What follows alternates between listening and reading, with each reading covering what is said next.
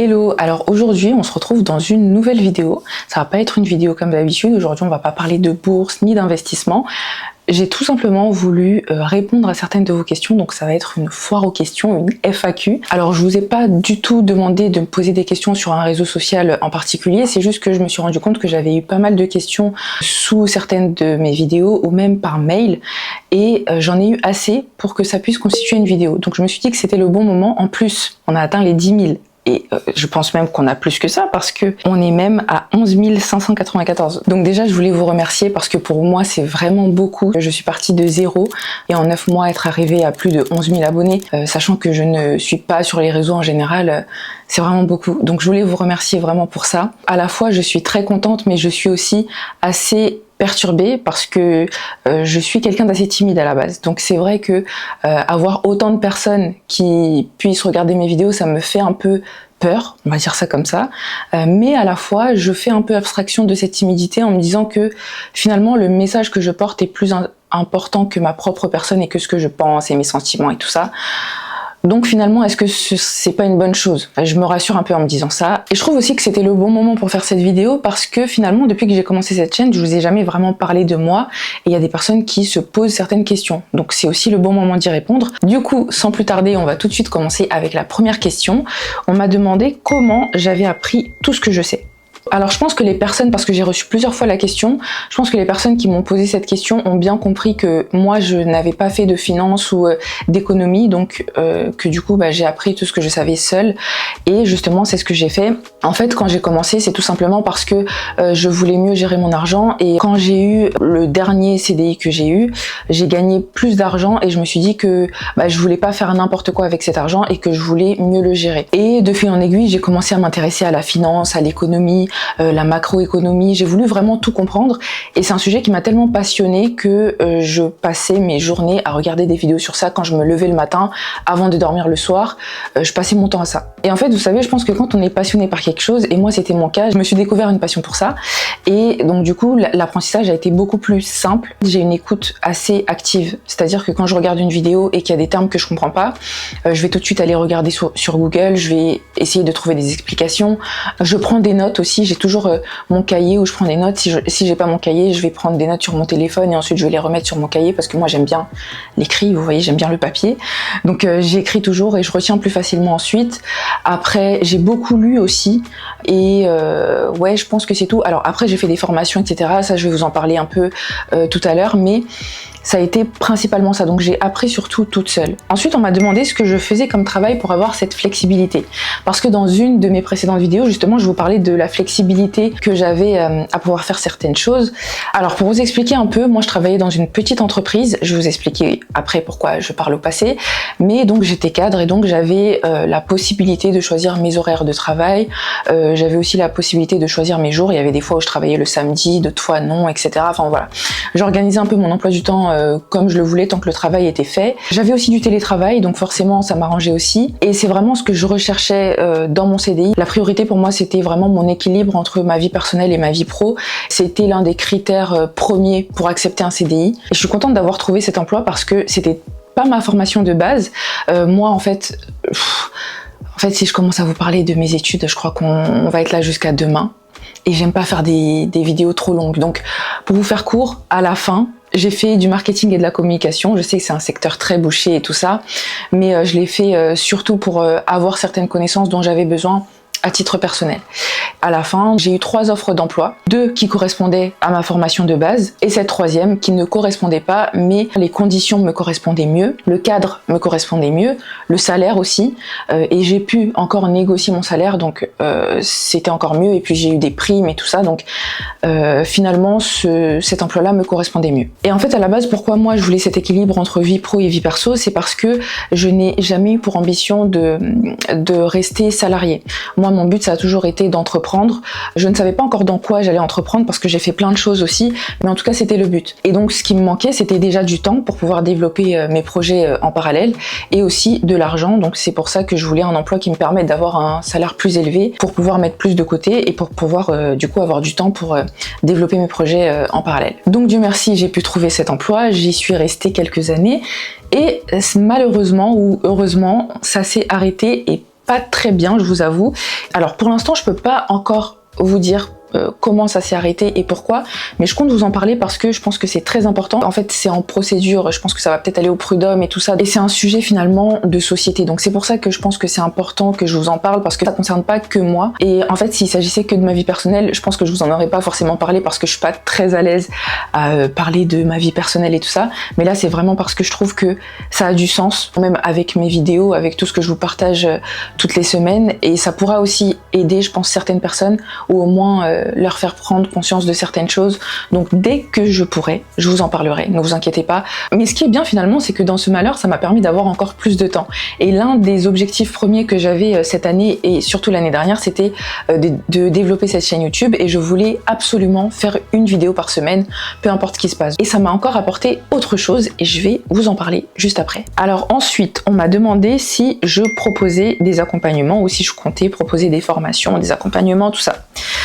C'est la question que j'ai le plus reçue. Sans vous mentir, j'ai reçu plus de 300 demandes. Si je compte depuis que j'ai commencé ma chaîne, j'ai vérifié hier ou avant-hier, j'ai reçu plus de 300 demandes. Alors c'est vrai qu'au début j'ai accompagné certaines personnes à mieux gérer leurs finances, et c'est quelque chose qui m'a beaucoup plu, mais j'ai été très vite limitée.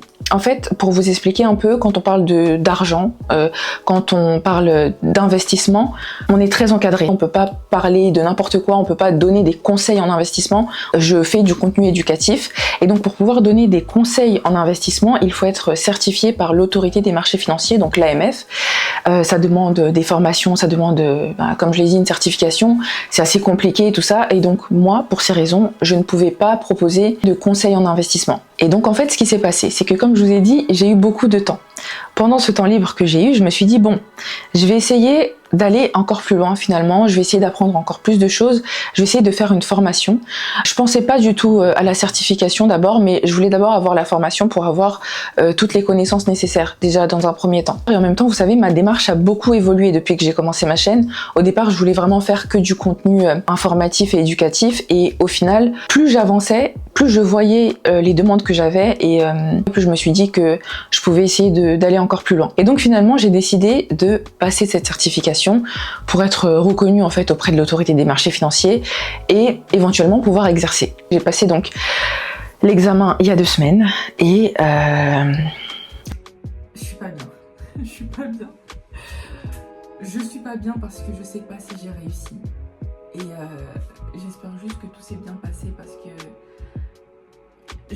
en fait j'étais stressée et je sais pas si j'ai tout fait correctement. Bah je l'ai eu.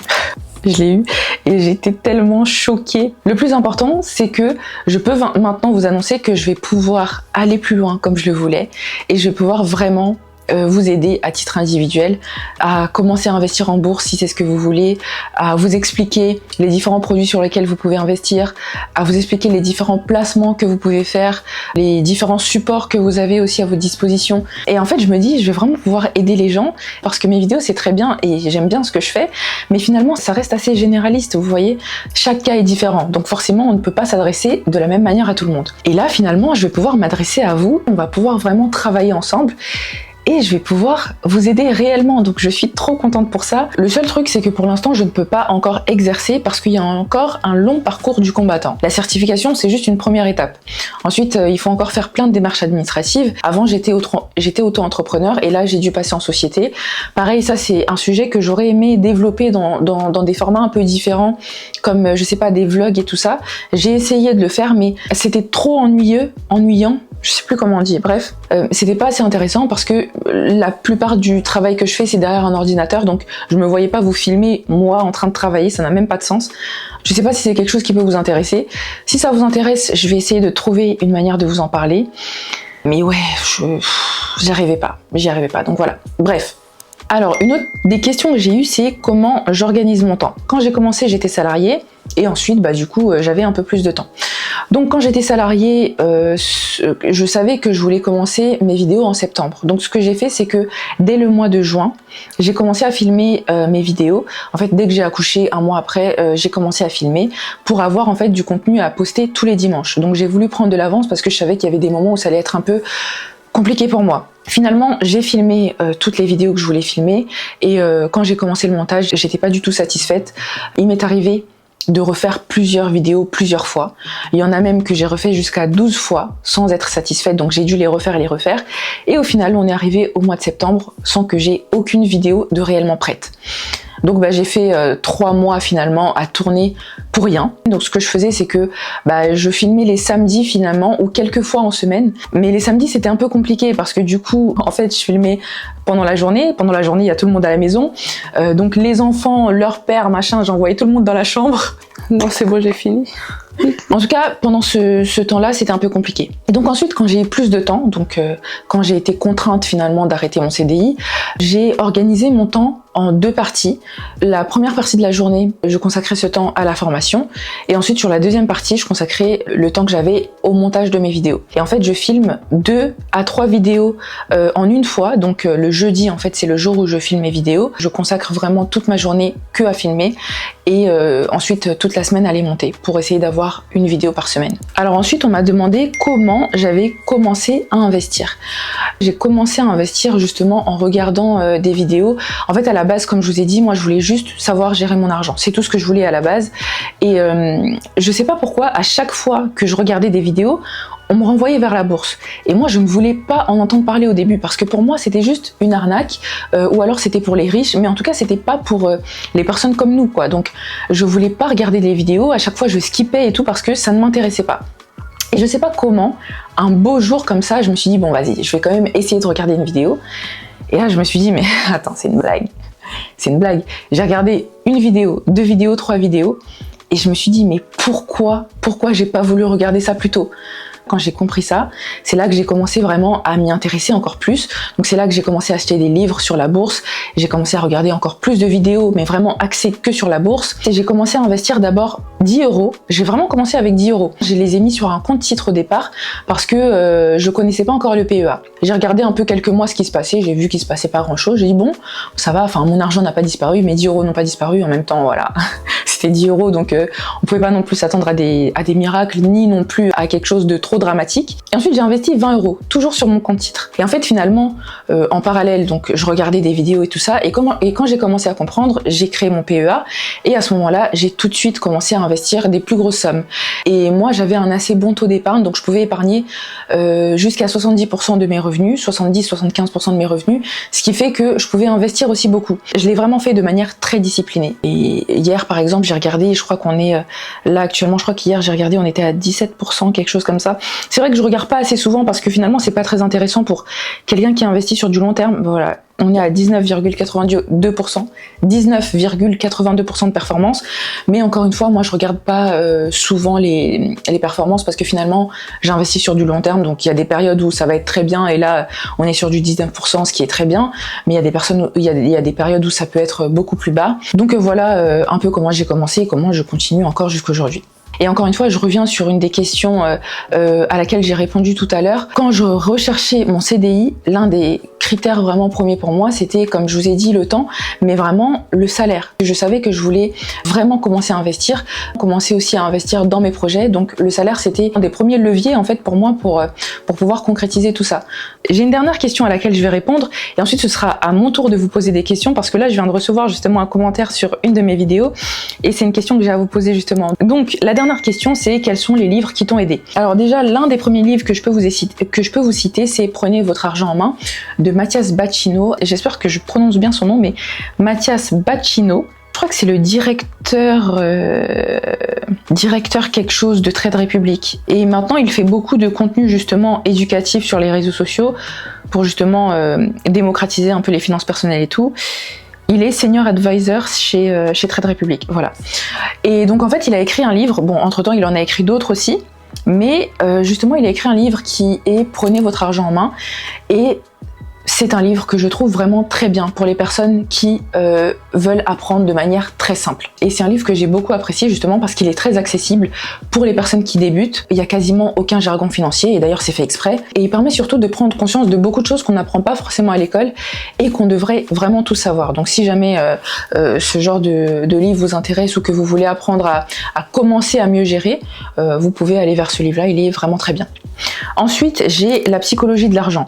Alors, on parle de finances, mais sur un plan un peu plus psychologique, parce que là, on va vraiment comprendre notre rapport à l'argent, pourquoi on a certaines réactions face à l'argent, qu'est-ce qui influence vraiment nos choix financiers, qu'est-ce qui fait qu'on prend certaines décisions plutôt que d'autres, et qu'est-ce qui fait aussi que, malgré les études qu'on peut avoir eues, ou malgré notre niveau d'intelligence, les finances n'ont pas vraiment de rapport avec notre niveau d'intelligence. Donc, pareil, ce livre-là, je le trouve aussi très bien. Ensuite, on a L'homme le plus riche de Babylone. Alors, en fait, c'est une histoire qui se déroule à Babylone, qui était l'une des villes les plus riches de l'Antiquité. Et en fait, à travers différentes histoires, on nous explique des principes très simples de la gestion financière. Et on se rend compte aussi que c'est des principes qui sont adoptés depuis très longtemps, qui sont toujours actuels en fait. Et on voit aussi que l'enrichissement ne dépend pas de règles trop compliquées. En vérité, il n'y a pas de secret ou de miracle, mais en fait, une fois qu'on a une bonne connaissance des finances et de l'économie aussi, pourquoi pas, on peut prendre de meilleures décisions. Et ensuite, c'est vraiment la discipline et la constance, mais avant tout, c'est vraiment la connaissance et l'accès à l'information. Je sais pas si vous entendez l'orage qu'il y a derrière, j'espère que vous m'entendez bien. Et ensuite, je peux aussi vous recommander Investir pour être libre. Alors là, on est beaucoup plus axé sur l'investissement.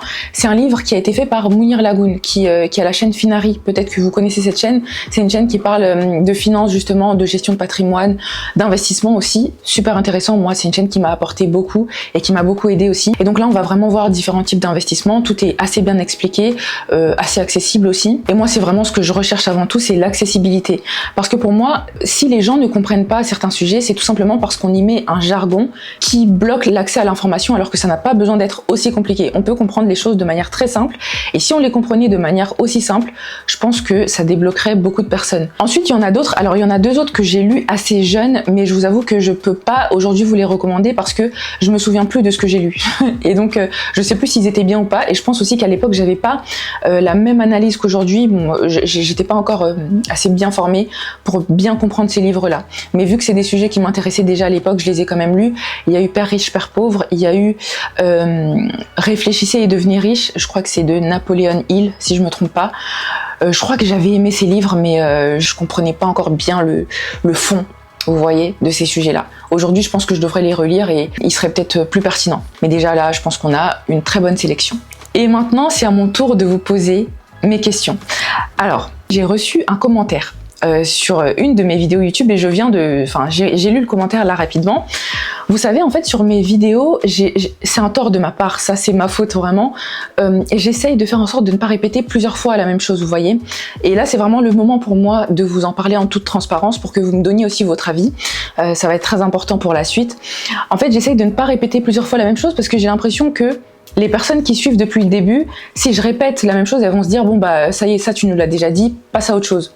Mais en fait, la vérité c'est que surtout ces derniers temps, il y a énormément de personnes qui se sont abonnées à moi et qui donc par conséquent n'ont pas vu mes autres vidéos. Donc sur certaines de mes récentes vidéos, je ne développe pas forcément, surtout si je sais que j'ai déjà développé avant ces sujets-là. Et donc le truc c'est quoi? C'est que souvent je vais aborder des sujets assez rapidement parce que je sais que je les ai déjà abordés. Donc est-ce que vous préférez, pour les personnes qui viennent d'arriver sur cette chaîne, que j'explique quand même certaines choses, même quitte à les redire plusieurs fois? C'est ce que certains créateurs, en tout cas je regarde d'autres vidéos de certains créateurs qui le font. Au début je comprenais pas pourquoi, mais finalement je comprends maintenant. Je pense qu'il faut vraiment répéter les choses déjà pour que ça rentre aussi, et aussi pour que les personnes qui arrivent en cours de route finalement puissent aussi suivre assez facilement. Donc dites-moi ça en commentaire. Ma deuxième question c'est, alors comme que vous le savez peut-être, moi j'ai que YouTube en fait, j'ai pas encore d'autres plateformes. Je compte m'occuper de ce sujet-là pendant les vacances là, parce que c'est pas sérieux du tout. En fait, j'ai un compte Instagram, c'est vrai que je suis pas active dessus, plus depuis des années.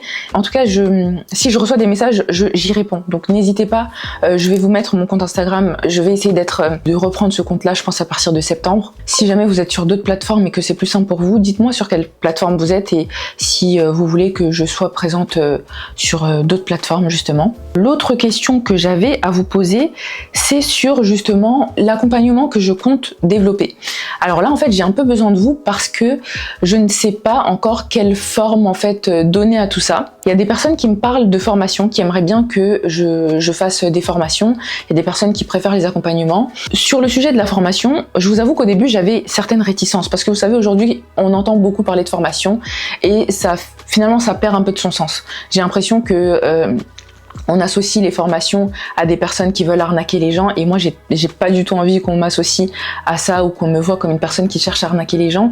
C'est juste par souci de praticité un peu, parce qu'au départ je me suis dit que la formation ça pouvait être une bonne chose pour les personnes qui n'ont pas les mêmes plages horaires de disponibles que moi j'aurais, donc en semaine potentiellement, mais avec cette formation je proposerai aussi avec l'accompagnement, et d'un autre côté il y aura vraiment la version que accompagnement, mais la formation en fait sera plus complète forcément parce que je pourrais prendre le temps de bien développer chaque sujet, donc je me suis dit que ça pouvait être une chose intéressante. Mais voilà, j'aimerais bien que vous me fassiez vos retours sur ça. Je vous parlerai dans une prochaine vidéo vraiment de ce à quoi consiste cette nouvelle activité que je vais développer, donc de conseillère en investissement financier, parce que il y a beaucoup de personnes dont moi à l'époque, qui ne connaissaient pas ce type de métier-là et vraiment qui ne savaient pas à quel point ça pouvait vraiment aider et servir les gens. Donc je vous en parlerai vraiment plus en détail. Pour l'instant, je pense que la vidéo sera assez longue. J'espère en tout cas que il y a des personnes que ça aura quand même intéressé, et j'espère que j'aurai pu surtout répondre aux questions que vous pouvez vous poser. Et si jamais vous avez d'autres questions, vous pourrez me les envoyer sur Instagram ou peu importe, comme vous voulez, et peut-être que je ferai une partie 2 pour répondre justement aux autres questions que vous aurez. Bref, j'arrête de parler. Merci beaucoup en tout cas si vous êtes arrivé jusque là, et nous on se retrouve très vite dans une prochaine vidéo.